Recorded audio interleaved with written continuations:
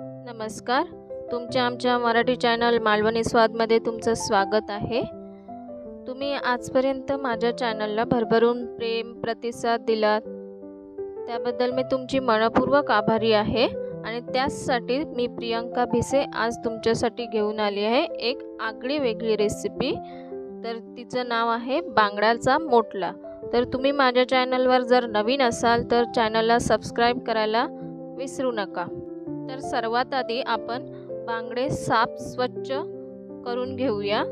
तर बांगडे साफ केल्यावर आपल्याला हे अशा पद्धतीने याचे 2 पीस करून घ्यायचे आणि ह्यांना मीठ लावून आपण 1 तास ठेवून द्यायचं आहे.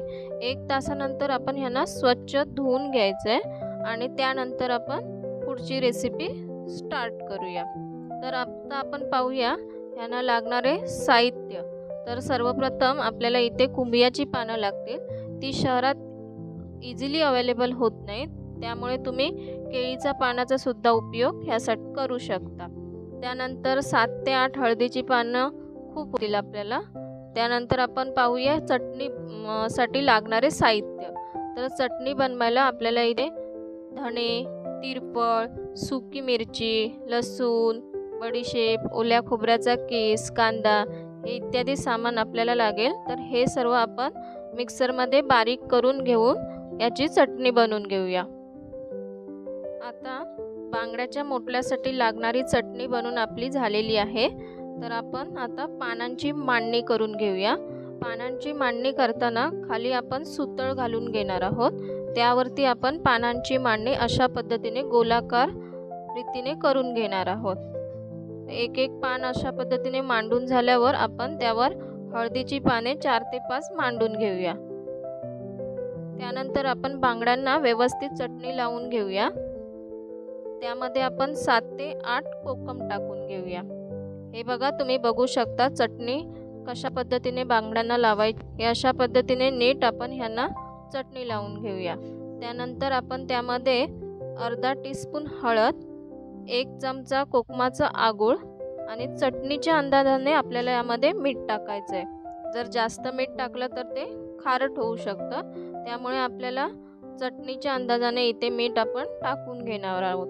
हे सर्व टाकल्यावर आपण हे व्यवस्थित नीट मिक्स करून घेणार आहोत. तुम्ही पाहू शकता हे अशा पद्धतीने आपल्याला व्यवस्थित नीट मिक्स करून घ्यायचं आहे.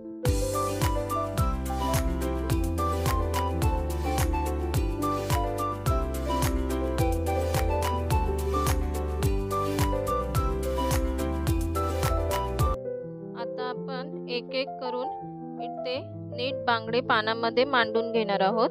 हे अशा रीतीने तुम्ही पाहू शकता. अशा पद्धतीने आपण गोलाकार एक एक बांगडा इथे ठेवून देणार आहोत, पानामध्ये मांडून घेणार आहोत. तर अशा रीतीने माझे सर्व मासे इथे मांडून झालेले आहेत. बांगडे सगळे मांडून झाल्यावर आपण यावर हळदीच्या पानांची मांडणी करू. 3 ते 4 पाने आपल्याला इथे लागतील. त्यानंतर आपण एक एक पान एकत्र करून घेऊया.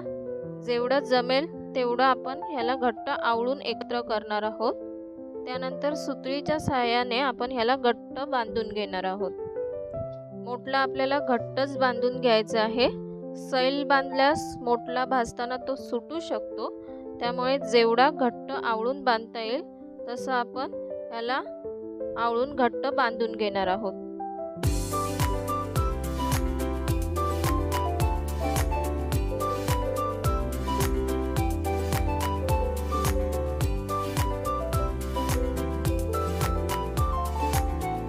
आता आपण ह्याला गॅसवर तवा ठेवून त्यावर हा मोटला भाजायला ठेवून देऊ आणि मोटला कव्हर होईल असं ताट आपण ह्यावर ठेवायचं आहे. सुरुवातीला हाय फ्लेम 5 मिनिटासाठी, मग आपण ह्याला मध्यम फ्लेमवर करून आपण ह्याला भाजायला ठेवून देऊ.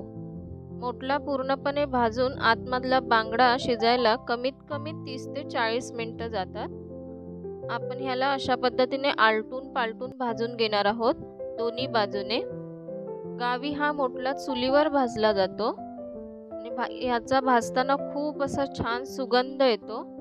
हा मोटला कमीत कमी 3 ते 4 दिवस आरामात टिकतो.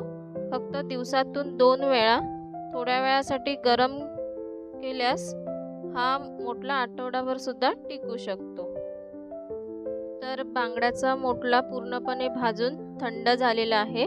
तर हा कसा उघडायचा हे मी तुम्हाला दाखवते. एका साईडने सुतळ काढून अशा पद्धतीने ह्याला आपण ओपन करायचं आहे. जसा लागेल तसा एक एक मासा काढून तुम्ही खाऊ शकता आणि ह्या बांगड्याच्या मोठल्याचा तुम्ही आनंद घेऊ शकता. तर आहे की नाही आगळी वेगळी रेसिपी?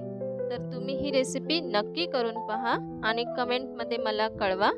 रेसिपी आवडली असल्यास लाईक, शेअर, सबस्क्राईब करायला विसरू नका. माझा व्हिडिओ शेवटपर्यंत पाहिल्याबद्दल धन्यवाद.